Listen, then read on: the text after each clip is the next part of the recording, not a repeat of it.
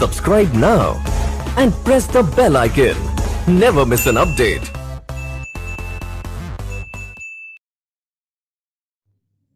Hello दोस्तों, आप सभी का हमारे YouTube चैनल पर स्वागत है। यूपी बोर्ड की क्लास स्टार्ट हो गई है और ये क्लास NCERT के सिलेबस पर आधारित है। आज की क्लास में मैथ्स की क्लास को स्टार्ट करेंगे। ये मैथ की क्लास 10th क्लास के स्टूडेंट के लिए है और आज हम एक नया चैप्टर नंबर 4 आप सभी के साथ स्टार्ट करेंगे, जिसका नाम द्विघात समीकरण है।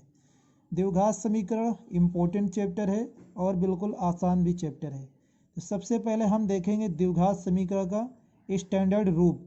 तो स्टैंडर्ड रूप होता है ax square plus bx plus c equal to 0, जहाँ a b c वास्तविक संख्याएं होती हैं और a does not equal to 0। a यहाँ पर कभी 0 नहीं होगा। वो इसलिए नहीं होगा क्योंकि अगर a 0 हो गया तो यहाँ पर जो एक्स स्क्वायर वाला टर्म है ये हट जाएगा, और जब ये हट जाएगा तो ये द्विघात समीकरण नहीं रह जाएगा। आप लोग आसान शब्दों में ये समझ लीजिए, द्विघात समीकरण उसे कहते हैं जिसमें x की मैक्सिमम पावर 2 दिखे, 2 से ज़्यादा ना दिखे। एक्स स्क्वायर x की पावर 2 दिखे, उसी से द्विघात समीकरण बनाया गया है। तो आज हम प्रश्नावली 4.1 को स्टार्ट करेंगे और प्रश्नावली 4.1 में आपकी बुक में क्वेश्चन दिया गया है, उसको देख लेते हैं।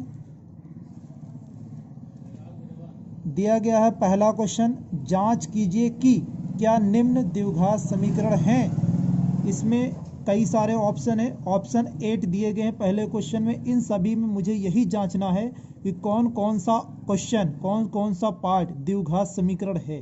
तो आप सभी को प्रश्नावली शुरू करने से पहले यही बताया है कि आपको क्या देखना है। सॉल्व करने के बाद पावर अगर एक्स स्क्वायर है उससे मैक्सिमम पावर नहीं आनी चाहिए। एक्स स्क्वायर है तो वो द्विघात समीकरण है।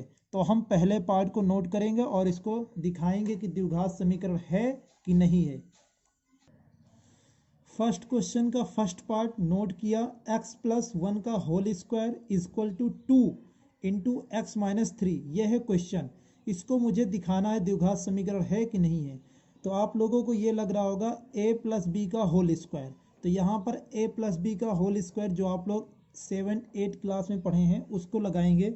a square plus B square plus 2ab, 1 से मल्टीप्लाई करेंगे वही रहेगा, और यहाँ पर कर देंगे मल्टीप्लाई 2x माइनस 2 3 6। तो देखिए बराबर के इस पार प्लस का 2x और इस पार प्लस का 2x, ये आपस में कैंसिल हो जाए। कैसे कैंसिल होगा? अगर हम इस टर्म को इस पार लेकर जाएंगे तो ये माइनस का 2x हो जाएगा, और प्लस का 2x पहले से ही ऑलरेडी मौजूद है, तो प्लस और माइनस कट जाएगा। तो इसलिए जब भी कोई टर्म बराबर के बीच में बराबर हो और दोनों तरफ इक्वल दिखे तो उसको हम कैंसिल कर सकते हैं। तो ये होगा कैंसिल। अब आ जाएगा एक्स स्क्वायर प्लस 1 और इस 6 को इस पार लाएंगे तो प्लस का 6 इक्वल टू 0। इम्प्लाइज डेट क्या हो जाएगा? X square plus 7 equal to 0। आप लोगों को क्या लग रहा है?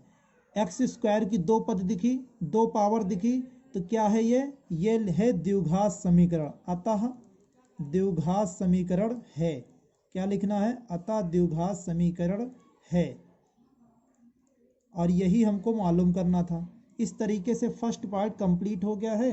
अब हम सेकेंड पार्ट आप सभी के साथ डिस्कस करेंगे। सेकेंड पार्ट को नोट किया है, एक्स स्क्वायर माइनस 2x बराबर माइनस का 2 और इनटू में है 3 माइनस एक्स। इसको सॉल्व करेंगे। X square minus 2x as it is रहेगा, और यहाँ माइनस 2 से मल्टीप्लाई करेंगे तो हो जाएगा माइनस का 6 और प्लस का 2x हो जाएगा।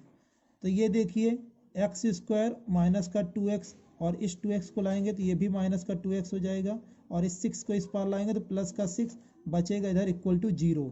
सोल्व करेंगे, एक्स स्क्वायर माइनस माइनस जुड़ जाएगा 4x हो जाएगा, प्लस का 6 इक्वल टू 0। तो आप लोगों को ये स्टैंडर्ड समीकरण के जैसा दिख रहा होगा, तो देखने पे ही ज्ञात हो रहा है। लिख दीजिए अतः द्विघात समीकरण है। यही आपको मालूम करना। पहले क्वेश्चन के जितने भी पार्ट हैं आपको यही पता करना है, द्विघात समीकरण है यही पता करना है। तो अब अगला पार्ट आप लोग अपने आप से भी कर सकते हैं। अब मैं कुछ ऐसा पार्ट बता दूं जिसमें द्विघात समीकरण ना हो। तो अगला क्वेश्चन, अगला पार्ट सॉल्व करेंगे। थर्ड पार्ट है एक ब्रैकेट में दिया गया है x माइनस 2, दूसरे ब्रैकेट में दिया गया है x plus 1 equal to x minus 1 और x प्लस 3। तो यहाँ पर पहले हम मल्टीप्लाई करेंगे, तो मल्टीप्लाई करिए, हो जाएगा एक्स स्क्वायर प्लस का x, अब इस 2 से माइनस 2x और माइनस का 2, यहाँ पर करिए x square plus 3x minus x और माइनस 3।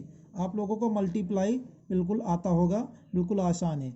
यहाँ पर सोल्व करिए, एक्स स्क्वायर यहाँ पर 2x से एक x घटेगा, माइनस का x यहाँ पर माइनस का 2 इक्वल टू एक्स स्क्वायर, यहाँ पे सोल्व करेंगे बचेगा 2x माइनस 3।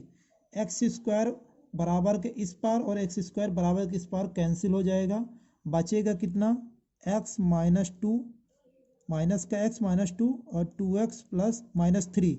तो आप यहाँ पर देखिए, अगर हम इस पूरे टर्म को इस पार ले आएंगे तो बचेगा 2x माइनस 3, पहले से ही था, इस x को लाएंगे प्लस का x हो जाएगा, इस 2 को लाएंगे प्लस का 2 हो जाएगा, इक्वल टू बचेगा इस पार 0, ये 0 लिख लिया। अब यहाँ पर हो जाएगा 3x और यहाँ पर घटाओगे माइनस 1 बराबर 0। तो क्या ये द्विघात समीकरण लग रहा है? क्योंकि हम लिखेंगे ax square plus bx plus c, इसको ax square plus bx equal to c के रूप में व्यक्त नहीं किया जा सकता, के रूप में व्यक्त नहीं किया जा सकता है। इम्प्लाइज डेट, यहाँ पर देखिए a का भी मान 0 आ रहा है और जो कि a does not equal to होना चाहिए, तो हम क्या लिखेंगे, अतः यह द्विघात समीकरण नहीं है, द्विघात समीकरण नहीं है। तो तीसरा पार्ट जो है द्विघात समीकरण नहीं है। और वैसे भी मैंने आसान भाषा में यही बताया है आपको कि जो भी इक्वेशन आएगी, जो भी स्टैंडर्ड समीकरण आएगा उसमें x की पावर 2 दिखनी चाहिए, जो कि यहाँ पर मौजूद नहीं है। तो इसलिए ये क्वेश्चन द्विघात समीकरण नहीं है। अब हम इसका अगला पार्ट आप सभी के साथ डिस्कस करेंगे। 7 नंबर पार्ट दिया गया है x प्लस 2 का होल क्यूब बराबर 2x into x square minus 1। तो यहाँ पर आप लोग ओपन करेंगे a प्लस बी का होल क्यूब का फॉर्मूला। तो a प्लस बी का होल क्यूब का फॉर्मूला होता है a cube plus B cube plus 3a, a की जगह पे है x और b की जगह पे है 2 और एक ब्रैकेट में हो जाएगा a प्लस बी। फार्मूला था a cube plus B cube plus 3ab into a plus B. यहाँ पर फॉर्मूला ओपन कर दिया है और बराबर इस पार करेंगे मल्टीप्लाई, तो हो जाएगा 2x क्यूब माइनस 2x। यहाँ पर एक x की पावर बना देगा क्यूब और 2x से 1 में करेंगे 2x ही रहेगा माइनस का। अब इधर सोल्व करते हैं, x क्यूब प्लस 2 का क्यूब हो जाएगा 8 और यहाँ पर करेंगे 3 2 जा 6x और ब्रैकेट में है x plus 2 equal to 2x cube minus 2x। Solve करेंगे x क्यूब प्लस 8 और यहाँ पर ब्रैकेट ओपन करेंगे 6x स्क्वायर हो जाएगा और प्लस का 6 दूनी 12x और यहाँ पर 2x क्यूब माइनस 2x।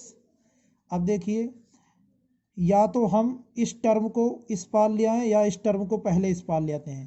तो देखिए 2x क्यूब माइनस 2x बराबर x क्यूब प्लस का 8 plus 6x square plus 12x, इसको मैंने आपस में इंटरचेंज किया है। अब देखिए यहाँ पर 2x क्यूब माइनस 2x, इसको लाएंगे माइनस का x cube minus 8 minus 6x square minus 12x equal to 0। अब सोल्व करेंगे, 2x क्यूब से x क्यूब घटेगा, बचेगा सिर्फ x क्यूब। एक्स स्क्वायर वाला सिर्फ एक टर्म है तो इसको ऐसे ही लिख लेंगे एक्स स्क्वायर, और एक्स वाले दो टर्म हो जा रहे हैं तो माइनस 2x में माइनस 12x जोड़ेंगे तो माइनस का 14x, और कांस्टेंट वाला एक टर्म है 8 बराबर 0। तो इसको हम लिखेंगे, इसको ax square plus bx plus C equal to 0 के रूप में व्यक्त नहीं किया जा सकता है। अतः ये अतः ये द्विघात समीकरण नहीं है। आसान शब्दों में हमने यही बताया था कि ऐसा इक्वेशन जिसकी मैक्सिमम पावर x की 2 दिखनी चाहिए। यहाँ पर देखिए क्यूब हो गया 3 पावर, तो इसीलिए ये नहीं है। और इसको हम स्टैंडर्ड में भी चेंज नहीं कर सकते क्योंकि स्टैंडर्ड में एक्स स्क्वायर से आगे पावर नहीं दिया गया, इसमें देखिए दिया गया है। तो ये हो गया है द्विघात समीकरण नहीं है। अब हम इसका लास्ट पार्ट आप सभी के साथ डिस्कस करेंगे, पार्ट नंबर 8 नंबर पार्ट है x cube minus 4x square minus x plus 1 equal to x minus 2 का होल क्यूब। तो यहाँ पर खुलेगा फॉर्मूला a माइनस बी का होल क्यूब का।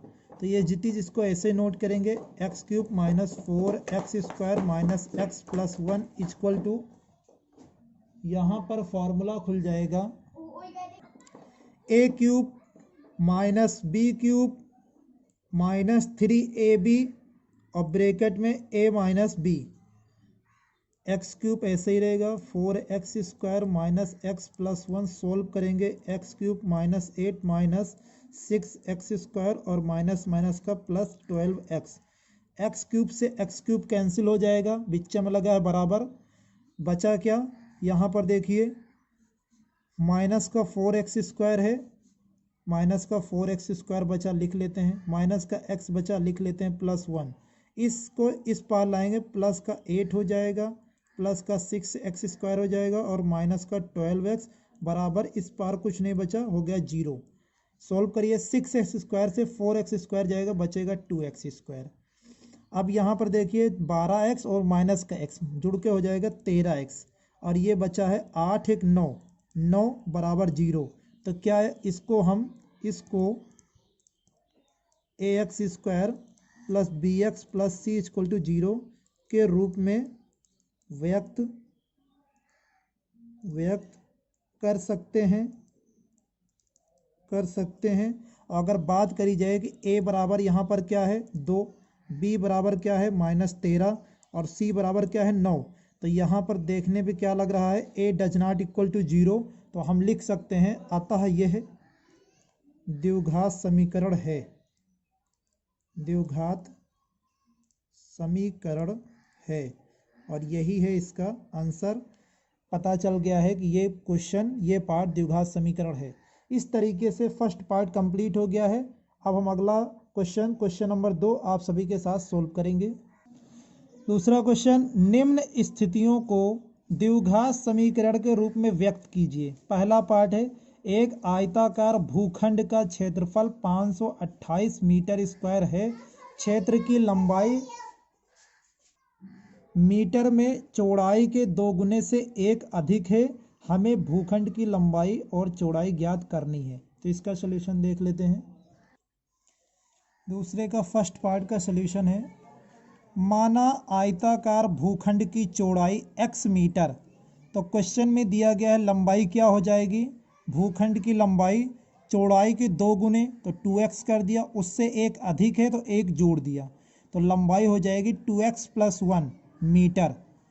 क्वेश्चन में दिया गया है आयताकार भूखंड का क्षेत्रफल 528 मीटर स्क्वायर दिया गया है, पर आयताकार कोई भी क्षेत्र हो उसका क्षेत्रफल का फॉर्मूला होता है लंबाई गुणे चौड़ाई, लंबाई गुणे चौड़ाई। तो यहाँ पर क्षेत्रफल की जगह पर लंबाई गुणे चौड़ाई हो जाएगा बराबर 528। तो लंबाई का मान नोट करिए 2x प्लस 1 इंटू चौड़ाई क्या है x इक्वल टू 528। सॉल्व करेंगे, इसको इस ब्रैकेट से मल्टीप्लाई करेंगे, हो जाएगा 2x स्क्वायर प्लस x और इस 528 को इस पार लाएंगे तो 528 माइनस को हो जाएगा, बचेगा 0। 2x square minus x minus 528 equal to 0। हमें ये इक्वेशन मिल गई है। ये इक्वेशन को देखकर आप लोग 9th क्लास में फैक्टर किए होंगे, हिंदी में गुणनखंड। तो इस इक्वेशन का करना है गुणनखंड। तो गुणनखंड के लिए पहले a और कांस्टेंट का करेंगे मल्टीप्लाई, और मल्टीप्लाई करने पे जो टर्म आएगा, जैसे मैंने मल्टीप्लाई किया तो 528 को 2 से करेंगे तो हो जाएगा 1028 दूना 56। 1056 का ऐसा फैक्टर करिए जिसको माइनस करने पर 1 बचना चाहिए। तो हमारे पास है 33 गुणे 32। जब इन दोनों को आपस में मल्टीप्लाई करेंगे ये मिलेगा और दोनों से माइनस करेंगे तो 1 बचेगा। तो x square plus 33 minus 32 into x minus 528 equal to 0। 2x square plus x से यहाँ पर ब्रैकेट ओपन करेंगे 33x minus 32x minus 528 equal to 0। यहाँ पर कॉमन लेंगे x बचेगा, इस दो टर्म में कॉमन लेंगे। गुणनखंड तो आप लोगों को आता ही है, 2x प्लस 33, यहाँ पर कॉमन लेंगे माइनस का 16, तो यहाँ पर बचेगा 2x और माइनस कॉमन लेने की वजह से ब्रैकेट में बचेगा प्लस, और इसको जब कॉमन लिया है तो इसको भाग देंगे तो बचेगा 33 इक्वल टू 0। अब ये दोनों ब्रैकेट एक जैसे हैं तो यहाँ से भी कॉमन ले लेंगे, 2x प्लस 33 हो जाएगा और x माइनस 16 हो जाएगा इक्वल टू 0। आप ये देखिए इक्वल टू 0 है तो एक बार हम दिखाएंगे, यदि 2x प्लस 33 बराबर 0 तो x बराबर माइनस 33/2, और कभी भी दूरी माइनस में नहीं आती, इसको हम नहीं लेंगे, इसको हम हटा देंगे। दूसरा देखिए, यदि x माइनस 16 बराबर 0 के तो x बराबर 16, तो x हम क्या मान के चले थे, चौड़ाई, तो चौड़ाई हमारी निकल आई है 16 मीटर। तो अब लंबाई निकालेंगे, लंबाई का क्या माने थे, 2x प्लस 1, तो 2 इंटू 16 प्लस 1, तो 16 दूना 32 प्लस 1 आ जाएगा 33 मीटर। यही है इसका राइट आंसर। चौड़ाई है 16 मीटर, लंबाई है 33 मीटर, यही हमको निकालना था। इस तरीके से फर्स्ट पार्ट कंप्लीट हुआ। अब हम सेकंड पार्ट को देखेंगे। सेकंड क्वेश्चन दिया गया है, दो क्रमागत धन पूर्णांकों का गुणनफल 306 है, हमें पूर्णांकों को ज्ञात करना है। तो इसका सलूशन देख लेते हैं। माना पहला धनात्मक पूर्णांक x है तो दूसरा धनात्मक पूर्णांक हो जाएगा x प्लस 1। क्रमागत संख्याएं उन्हें कहते हैं जो सीरियल से हो। अगर हम एग्जाम्पल की बात करें तो क्रमागत संख्या 4, 5, 6 जो क्रम से हो, क्रमागत नाम से ही मालूम चल रहा है। अगर ऐसे बात करी जाए 10, 11, 12 ये सारे क्रमागत हैं, अगर 15, 16, 17 ये क्रमागत हैं। तो क्रमागत संख्या जस्ट एक प्लस करने पर मिलती हैं, एक प्लस करने पर। तो अगर पहला पद हम x मानेंगे, पहली संख्या, दूसरी संख्या हमें उसमें प्लस 1 करने पर मिलेगी, तो इसलिए हमने दूसरी संख्या में x प्लस 1 कर दिया। प्रश्नानुसार क्या कह रहे हैं, दोनों संख्याओं का गुणनफल x इंटू एक्स प्लस 1, दोनों का गुणनफल कितना है, 306। सोल्व करिए, एक्स स्क्वायर और प्लस का x, इस 306 के इस पार लाएंगे, माइनस का 306 बराबर 0। ये भी बन गया है फैक्टर के रूप में। अब इसका करना है फैक्टर, गुणनखंड। तो 306 को ऐसा तोड़िए कि मल्टी घटाने पर 1 बचना चाहिए। पहले बताइए, घटाने पर यहाँ अगर माइनस है तो घटाने पर आएगा, यहाँ प्लस है तो जोड़ने पर आएगा, तो माइनस है तो घटाने पर। तो 18 गुणे 17 मिलता है 306 और घटाने पर 1 मिलेगा, तो हो जाएगा x square plus 18x minus 17x minus 306 equal to 0। Common लेंगे यहाँ पर x, ये दो टर्म में तो x प्लस 18 हो जाएगा, यहाँ पर माइनस 17 कॉमन लेंगे ये दो टर्म में, तो x माइनस कॉमन लेने की वजह से ये हो जाएगा प्लस, और यहाँ पर बचेगा 18 बराबर 0। दोनों से x प्लस 18 को कॉमन ले लेंगे और अगले ब्रैकेट में हो जाएगा x माइनस 17 इक्वल टू 0। तो अगर हम एक बार इस ब्रैकेट को ओपन करेंगे तो माइनस मिलेगा, तो माइनस पता है लिया नहीं जाता है, फिर भी हम दिखा देते हैं अगले पेज पर। यदि x प्लस 18 बराबर 0 तो x बराबर माइनस 18, और माइनस नहीं लेंगे तो इसको हम लिख देंगे अमान्य। अब हम यदि x माइनस 17 बराबर 0 तो x बराबर 17, तो x क्या माने थे, पहला धन पूर्णांक, धन या धनात्मक पूर्णांक क्या आ गया 17। तो ठीक इसी तरह दूसरा क्या आएगा, दूसरा धनात्मक पूर्णांक x प्लस 1, तो x है 17, 17 प्लस 1 आ जाएगा 18। तो 17 और 18 संख्याएं निकल कर आएगी। यही है हमारा इसका राइट आंसर। इस तरीके से सेकेंड पार्ट भी कंप्लीट हो गया है। अब हम इसका थर्ड पार्ट आप सभी के साथ डिस्कस करेंगे। देख लेते हैं थर्ड पार्ट में क्या दिया गया है। दिया गया है, रोहन की माँ उससे 26 वर्ष बड़ी है, उनकी आयु वर्षों में का गुणनफल अब से 3 वर्ष पश्चात 360 हो जाता है, हमें रोहन की वर्तमान आयु ज्ञात करनी है। इस क्वेश्चन का सलूशन देख लेते हैं। माना रोहन की आयु x वर्ष, तो क्वेश्चन में दिया गया उनकी माँ की आयु रोहन से 26 वर्ष ज़्यादा है, तो रोहन की माँ की आयु हो जाएगी x + 26 वर्ष, उसकी आयु में 26 जोड़ देंगे। अब क्वेश्चन में बात किया गया 3 साल बाद रोहन की आयु क्या हो जाएगी, आज की आयु में वर्तमान आयु में 3 जोड़ दिया जाएगा, तो x + 3 वर्ष। तो ठीक उसी तरह रोहन की माँ की आयु में 3 जोड़ दिया जाएगा, तो हो जाएगा x + 29। 3 वर्ष बाद जो रोहन की आयु है और उसकी माँ की आयु दोनों का गुणनफल x + 3 x + 29, ये कितना है, ये आपके क्वेश्चन में दिया गया है 360 वर्ष। 360 हो जाता है, तो यहाँ पर मल्टीप्लाई करिए, x² 29x 3x और 29 तियाँ हो जाएगा 87, 360। यहाँ पर हो जाएगा x² 29 3 32, 32x + 87 माइनस का इस पार लाएंगे तो हो जाएगा 360 बराबर 0। x² 32x और यहाँ पर घटाएंगे तो देख लीजिए बचेगा 3, यहाँ बचा होगा 5, 5 में से 7 2, 273 बचेगा घटाने पर। तो ये भी बन गया है फैक्टर के रूप में, तो इसका करेंगे गुणनखंड। तो गुणनखंड क्या होगा, 39 × 7, माइनस करने पे आना चाहिए, तो 39 × 7 करने पे ये मिलेगा और 39 में से 7 घटाएंगे 32 मिलेगा। तो x² + 39x - 7x - 273 = 0। तो x कॉमन लेंगे इन दो पद में, तो x + 39 हो जाएगा, माइनस का 7 कॉमन लेंगे तो x और ये हो जाएगा प्लस, और यहाँ पे आ जाएगा 39 = 0।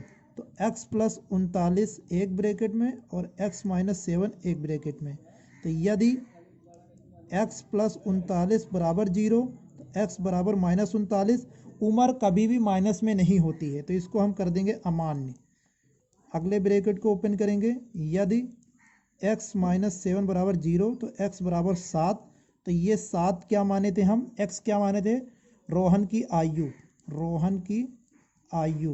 रोहन की आयु कितना आ गया है, 7 वर्ष, जो कि मुझे फाइंड करना था।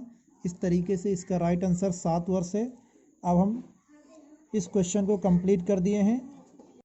इस प्रश्नावली का लास्ट पार्ट है, क्वेश्चन नंबर 2 का 4th पार्ट दिया गया है। एक रेलगाड़ी 480 किलोमीटर की दूरी समान चाल से तय करती है। यदि इसकी चाल 8 किलोमीटर प्रति घंटा कम होती तो वह उसी दूरी को तय करने में 3 घंटे अधिक लेती। हमें रेलगाड़ी की चाल ज्ञात करनी है। तो इसका सलूशन देख लेते हैं। माना रेलगाड़ी की चाल x किलोमीटर प्रति घंटे और सामान्य स्थिति में रेलगाड़ी द्वारा लिया गया समय t घंटे, तो क्या हो जाएगा, दूरी जो कवर करनी है वो आपके लेसन में, आपके क्वेश्चन में दिए हैं 480 किलोमीटर। तो अब हमको चाल, समय, दूरी सब पता है, तो हम यहाँ से निकालेंगे समय बराबर फार्मूला होता है दूरी बटे चाल। तो यहाँ पर सभी का मान रख देंगे, इम्प्लॉइज डेट, समय हो जाएगा t, दूरी है 480 बटे चाल है x। ये है हमारा समीकरण नंबर 1। अब प्रश्न में क्या कह रहा है, प्रश्नानुसार देखिए। प्रश्नानुसार कह रहा है कि इस बार ट्रेन की चाल जो है सामान्य से 8 किलोमीटर कम कर दिया जाए, तो x से 8 किलोमीटर कम कर दिया, तो बची है इसकी चाल x - 8 किलोमीटर प्रति घंटा, और दूरी है वही, पर इस बार जो समय ले रहा है, लगा समय क्या हो जाएगा, पहले के समय से 3 घंटे अधिक, तो t + 3 हो जाएगा, t + 3 घंटे, 3 घंटे अधिक, तो 3 घंटे इसमें जोड़ दो। पहले के समय में, पहला समय था t, तो इसमें 3 जोड़ दिया। अब दूरी क्या है, दूरी वही तय करनी है 480 किलोमीटर।